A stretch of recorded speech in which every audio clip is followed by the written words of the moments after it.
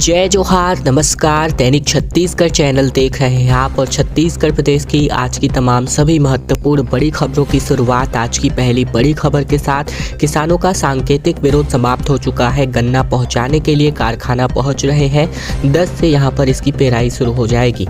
दरअसल बात करें तो विधानसभा चुनाव में भाजपा व कांग्रेस के घोषणा पत्र में गन्ना किसानों के लिए कुछ भी घोषणाएं नहीं करने से नाराज किसानों ने सांकेतिक धरना प्रदर्शन किया था, जिससे उन्होंने समाप्त कर दिया है। साथ ही शक्कर कारखाने को अब इन्होंने सप्लाई करने का फैसला भी कर लिया है।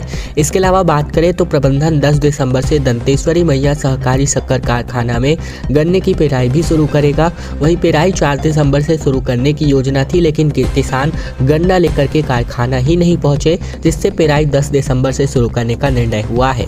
वर्तमान में 45 किसानों का 800 मीट्रिक टन जो गन्ना है वो कारखाना अभी तक पहुंच चुका है। 100 करोड़ खर्च होने के बाद भी अरपा प्रोजेक्ट अभी तक अधूरा है। 47 करोड़ के नए एस्टीमेट के लिए नई सरकार का इंतजार किया जा रहा है। बिलासपुर जिले में पूर्व मुख्यमंत्री भूपेश बघेल का ड्रीम प्रोजेक्ट रही अरपा उत्थान एवं तट संवर्धन योजना तकरीबन 100 करोड़ रुपए खर्च करने के बाद भी बीच में अटक गई है। मौजूदा एस्टीमेट में इंदिरा सेतु से पुराने पुल तक यानी 650 मीटर रोड का ही निर्माण पूरा हो पाएगा। ये योजना इंदिरा सेतु से शनिचरी रपटे तक अरपा के दोनों किनारों पर 3,314 मीटर सर्व सुविधायुक्त 4 लेन रोड के निर्माण के लिए बनाई जाएगी थी। इसके अलावा बात करें तो पुराने पुल से लेकर शनिचरी रपटा तक रोड, नाला और उद्यानिकी के विकास के लिए तकरीबन 47 करोड़ रुपए की और जरूरत होने वाली है। इसके लिए ऑफिसर नए सरकार का रुख का इंतजार कर रहे हैं। इस मामले में बिलासपुर विधानसभा से नवनिर्वाचित विधायक एवं पूर्व मंत्री रहे अमर अग्रवाल ने साफ कहा है कि अरपा के किनारे रोड निर्माण सहित सारे अधूरे कार्यों की समीक्षा कर इन्हें पूरा करवाया जाएगा। सत्ता बदलते ही पहला बुलडोजर अवैध अहातों पर देखने को मिल रहा है चलाई देते हुए, जहां 4 दिनों में शहर के भीतर 23 जगहों पर अवैध अहातों का नगर निगम ने ढहा दिया है। दरअसल शहर में शराब दुकानों के आसपास संचालित सभी अवैध अहातों को निगम ने ध्वस्त कर दिया है। यहां अब एक बार फिर से अवैध रूप से चखना सेंटर शुरू हुआ तो इसका जिम्मेदार आबकारी विभाग होगा। अब तक आबकारी विभाग की सह पर अवैध अहाते संचालित हो रहे थे। सत्ता बदलते ही पहला बुलडोजर अवैध अहातों पर चलाया गया है। नगर निगम अतिक्रमण दस्ता ने 4 दिनों के अंतर्गत 23 जगहों पर शराब दुकानों के पास चलाए जा रहे तकरीबन 40 अहातों को ढहा दिया है। तीसरे दिन कार्यवाही में गायब अधिकारी विभाग को कलेक्टर की फटकार पड़ी तो चौथे दिन आबकारी विभाग से 2 कर्मचारी इस कार्यवाही में शामिल हुए। चौथे दिन नगर निगम अतिक्रमण निवारण दस्ता ने चाटीडीह में 4 जबकि भारतीय में तकरीबन 4 अवैध अहाते को तोड़ा। पिछले 3 दिनों से हो रही कार्यवाही को देखते हुए इन दोनों जगहों पर संचालित चखना सेंटर बंद पाए गए। निगम ने यहां अहाता को तोड़कर कार्यवाही पूरी की है। ज्ञात हो कि लगातार 2 दिनों की कार्यवाही के बाद तीसरे दिन आबकारी विभाग का अमला गायब हो गया था। चक्रवाती तूफान मिचोंग के असर की वजह से खेतों में पड़ा हुआ धान गीला हो गया है। खरीदी बंद हो गई है। अन्नदाता इसकी वजह से परेशान है। छत्तीसगढ़ में चक्रवाती तूफान मिचोंग ने टमाटर, चने और मिलेट्स की फसल को भी काफी नुकसान पहुंचाया है। छत्तीसगढ़ में मिचोंग तूफान ने धान के साथ साथ टमाटर, चने और कई मिलेट्स की फसल को भारी नुकसान पहुंचाया है। ज्यादातर किसानों का धान अभी भी खेतों पर पड़ा हुआ है। बचाव के इंतजाम के बावजूद भी धान भीग रहा है। बारिश के कारण खरीदी केंद्रों में अघोषित रूप से धान खरीदी की प्रक्रिया बंद कर दी गई है। बारिश से हो रही किसानों की समस्याओं को जानने के लिए सबसे पहले रायपुर के भाटा गांव स्थित खरीदी केंद्र पहुंचाया गया, जहां पर धान खरीदी केंद्र पर मेन गेट बंद रहा। अंदर ट्रक में वहां पर रखा धान लोड किया जा रहा था। खरीदी केंद्र में समिति के सहायक प्रबंधक इंदौरिया से इन्होंने चर्चा की, जहां उन्होंने बताया कि बारिश बंद होने के बाद धान खरीदी होगी। किसान धान सुखाकर लाएंगे, उसके बाद एक बार फिर से खरीदी की प्रक्रिया शुरू कर दी जाएगी। गैस कनेक्शन धारियों को ई-केवाईसी कराना जरूरी है। ऐसे में गैस एजेंसी में 3 दिनों से सर्वर डाउन है। बिना केवाईसी कराए वापस यहां पर लोगों को लौटना पड़ रहा है। दरअसल 31 दिसंबर तक गैस कनेक्शन धारियों को ई-केवाईसी कराना जरूरी हो गया है। वहीं पिछले 3 दिनों से ई-केवाईसी के लिए कार्डधारी गैस एजेंसियों के चक्कर लगा रहे हैं। सर्वर डाउन होने के कारण ऑनलाइन केवाईसी नहीं हो पा रहा है। इसके चलते दूर दराज से आ रहे कनेक्शन धारियों को वापस खाली हाथ लौटना पड़ रहा है। अक्टूबर महीने में पेट्रोलियम मंत्रालय ने ऑयल कंपनी को 31 दिसंबर 2023 तक सभी गैस उपभोक्ताओं का ई-केवाईसी कराने का आदेश दिया था। वहीं अब कम से कम समय में लाखों लोगों का ई-केवाईसी करना गैस एजेंसियों के लिए भी चुनौती का विषय बना हुआ है। गैस एजेंसियों में लोगों की कतार लगना शुरू हो चुका है। महासमुंद जिला मुख्यालय स्थित साई गैस एजेंसी में ई-केवाईसी के लिए 9 किलोमीटर दूर तक पैदल चल करके पहुंची गांव की महिलाओं ने बताया कि उन्हें पता ही नहीं था कि एक ई-केवाईसी करना जरूरी है। उन्हें दूसरे से पता चला तो कार्ड लेकर के ई-केवाईसी कराने पहुंची थी, लेकिन गैस एजेंसी के कर्मचारियों ने सर्वर डाउन होने के कारण ई-केवाईसी अभी तक नहीं होने की जानकारी दी। फिलहाल ये सभी समस्याएं अब उत्पन्न हो रही हैं। रायपुर में मेयर वार्ड के सामने बुलडोजर वाली कार्यवाही की गई, जहां 3 बुलडोजर से 10 साल पुराना कब्जा को ढाया गया। कबाड़ी वाले पर 20,000 रुपए का जुर्माना भी ठोका गया है। दरअसल रायपुर में बुलडोजर वाली कार्यवाही लगातार जारी है। इसी कड़ी में ये एक्शन मेयर एजाज ढेबर के वार्ड में भी हुआ।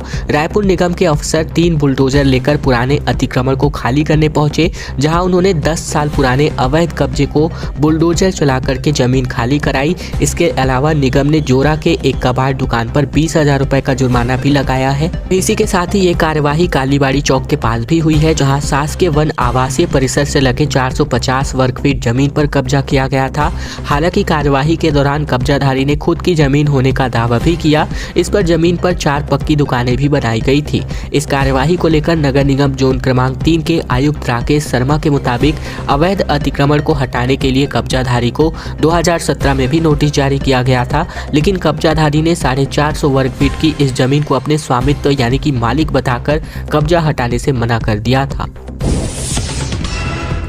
छत्तीसगढ़ विधानसभा में नेता प्रतिपक्ष के लिए चर्चा में 4 नाम इन दिनों देखने को मिल रहा है। निवर्तमान सीएम भूपेश बघेल नहीं तो यहाँ पर अन्य जो मंत्री हैं, जो पूर्व मंत्री रह चुके हैं, विपक्ष का जिम्मा जो है संभालने वाले हैं। छत्तीसगढ़ में एक तरफ मुख्यमंत्री चेहरे को लेकर मंथन जारी है, तो दूसरी ओर विपक्ष के नेता के लिए नाम की चर्चा लगातार जारी है। इसी कड़ी में कांग्रेस पार्टी ने ऐसे 4 नाम सामने रख रहे हैं, जहाँ विधानसभा नेता प्रतिपक्ष के लिए सबसे पहले नाम निवर्तमान भूपेश बघेल का है। इसके अलावा चरणदास महंत, उमेश पटेल और कवासी लखमा का नाम भी लिस्ट में शामिल है। पिछली बार 3 बार मुख्यमंत्री रहे डॉक्टर रमन सिंह ने साल 2018 में चुनाव हारने के बाद नेता प्रतिपक्ष नहीं बना था। इसके अलावा डॉक्टर रमन सिंह विधायक के रूप में ही अपनी सेवाएं दी थी। जहां अब ये देखा जाएगा कि निवर्तमान मुख्यमंत्री भूपेश बघेल नेता प्रतिपक्ष बनना चाहेंगे या फिर पार्टी के किसी दूसरे नेता को ये पद दिया जाएगा। छत्तीसगढ़ में मिली बड़ी हार के बाद दिल्ली में कांग्रेस की समीक्षा बैठक हो रही है। जानकारी के मुताबिक बैठक में कांग्रेस के राष्ट्रीय अध्यक्ष मल्लिकार्जुन खड़गे, महासचिव केसी वेणुगोपाल और कांग्रेस नेता राहुल गांधी हार की समीक्षा कर रहे हैं। इस दौरान प्रदेश अध्यक्ष दीपक बैज, प्रदेश प्रभारी कुमारी शैलजा, भूपेश बघेल, टी.एस. सिंहदेव और चरणदास महंत भी मौजूद हैं। व्यापम से नई वैकेंसी के आवेदन अभी नहीं है। पहले आचार संहिता और अब अध्यक्ष का पद खाली होने से भर्तियां अटकी हुई है। परीक्षा में भी देरी इन दिनों देखने को मिल रही है। राज्य में आचार संहिता की वजह से अक्टूबर नवंबर में एक ही भर्ती परीक्षा आयोजित हो पाई। अब व्यापम अध्यक्ष का पद खाली होने की वजह से अलग अलग विभागों में भर्तियां अटकी पड़ी है। अपेक्स बैंक की स्थगित की गई परीक्षा भी इसी महीने होने वाली संभावना कम है। इसी तरह कृषि विभाग और बिजली विभाग के विभिन्न पदों के लिए, जिनके लिए पहले से ही आवेदन मंगाए जा चुके हैं, इनकी भर्ती परीक्षा में भी अब देरी होने वाली है। इसी तरह नई वैकेंसी के लिए जो भी अभी आवेदन नहीं आएंगे। दरअसल व्यापम से होने वाली भर्ती में अध्यक्ष की सहमति जरूरी होती है। आमतौर पर यह पद खाली नहीं रहता, लेकिन इस बार पूर्व अध्यक्ष के इस्तीफे के बाद से ये पद रिक्त हो चुका है। इसीलिए अब नए अध्यक्ष के पद यानी कि कार्यभार संभालने के बाद ही भर्ती परीक्षा आयोजित होगी और आवेदन मंगाए जाएंगे। अपेक्स बैंक के तहत कनिष्ठ प्रबंधक कंस्ट्रक्शन मेंटेनेंस, उप प्रबंधक उपयंत्री, कनिष्ठ प्रबंधक संवर्ग यानी कृषि विशेषज्ञ, कनिष्ठ प्रबंधक जो आईटी प्रोग्रामर है इसके लिए, कनिष्ठ प्रबंधक संवर्ग यानी आईटी विशेषज्ञ के लिए, उप प्रबंधक प्रोग्रामर के पद पर, सहायक प्रबंधक सहायक प्रोग्रामर के पद पर कुल पदों पर भर्ती होगी। इसके लिए व्यापम 29 अक्टूबर को परीक्षा लेने वाला था, लेकिन अब ये परीक्षा शायद होती दिखाई देती है। बलरामपुर में बारिश की वजह से धान की फसलों को भारी नुकसान पहुंचा है। किसानों ने सरकार से नमी युक्त धान खरीदने और मुआवजा देने की गुहार भी लगाई है। बलरामपुर जिले में बीते 2 दिनों से हुई बारिश ने धान की फसलों को काफी नुकसान पहुंचाया है, जिससे किसानों की मुसीबतें और बढ़ गई हैं। इसी के साथ ही 15 दिन और धान की कटाई पिछड़ जाएगी।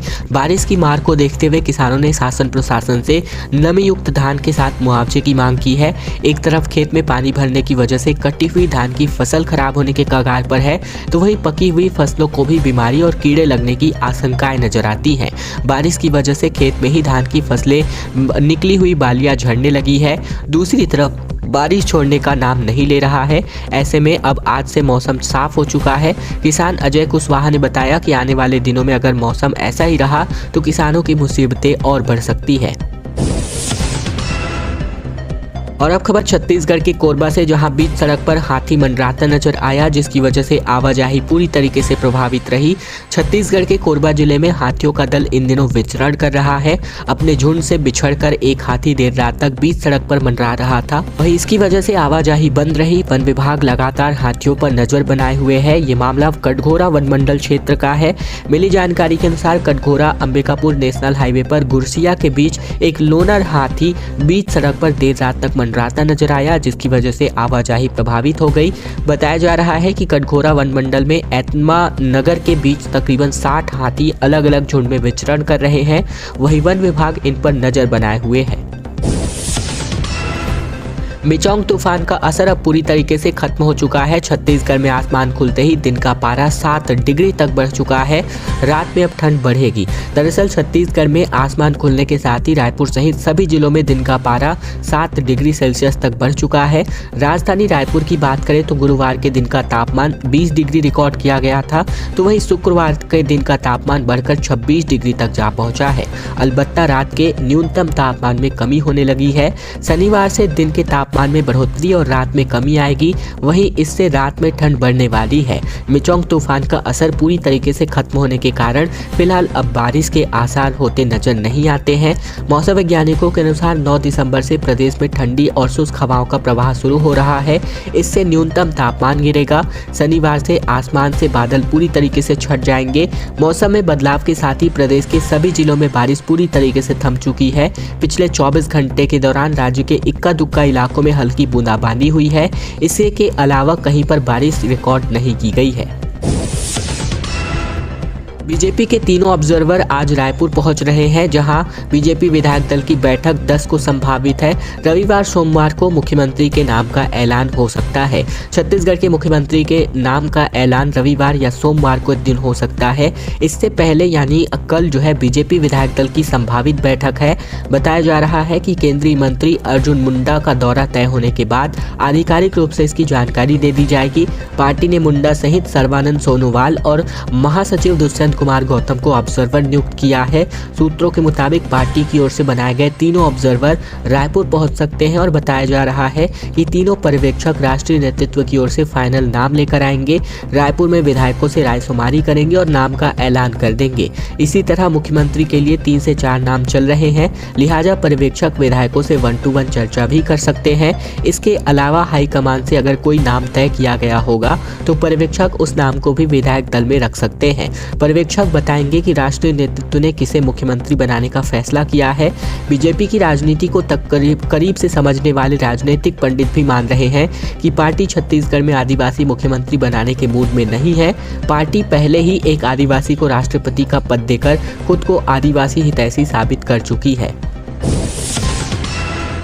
बृहस्पति सिंह ने कहा कि शैलजा को तुरंत हटाया जाएगा। राहुल गांधी के द्वारा सहदेव को हीरो की तरह प्रमोट करती रही, इसीलिए छत्तीसगढ़ में कांग्रेस की ऐसी दशा देखने को मिली। दरअसल छत्तीसगढ़ में कांग्रेस की हार के बाद पूर्व विधायक बृहस्पति सिंह ने राहुल गांधी से कुमारी शैलजा को तत्काल हटाने की मांग की है। उनके मुताबिक शैलजा केवल डिप्टी सीएम टी.एस. सहदेव को हीरो की तरह प्रमोट करने का काम करती रही। शैलजा ने कोई डैमेज कंट्रोल नहीं किया। उन्होंने कभी जानने की कोशिश नहीं की कि क्या चल रहा है। इसीलिए छत्तीसगढ़ में कांग्रेस की ऐसी दशा हुई। उन्होंने ये बातें बीते दिन अपने रायपुर निवास के दौरान कही। बृहस्पति सिंह के मुताबिक संगठन का काम पूरी तरीके से जीरो हो गया था।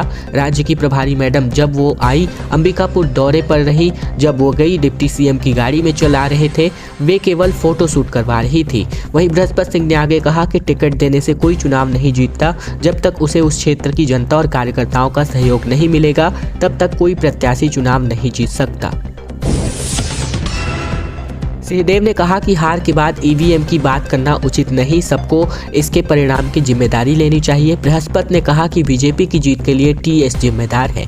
छत्तीसगढ़ के डिप्टी सीएम रहे और कांग्रेस चुनाव समिति के अध्यक्ष टीएस सिंहदेव ने कहा कि हार के लिए ईवीएम का मुद्दा उठाना ठीक नहीं है। इन्होंने कहा कि मेरे से लेकर के पोलिंग बूथ एजेंट तक सभी को चुनाव परिणाम की जिम्मेदारी लेनी चाहिए। सिंहदेव बीते दिन दिल्ली में मीडिया से बातचीत कर रहे थे। कांग्रेस मुख्यालय में होने की वाली बैठक के पहले टीएस सिंहदेव ने कहा था कि हाल ही में चुनाव प्रदर्शन और लोकसभा चुनावों की तैयारियों पर चर्चा करेंगे। उन्होंने कहा है कि हम आदिवासी और शहरी सीटों पर पिछड़ गए। वहीं पूर्व विधायक बृहस्पति सिंह ने भाजपा की जीत के लिए टीएस सिंहदेव को जिम्मेदार करार दिया।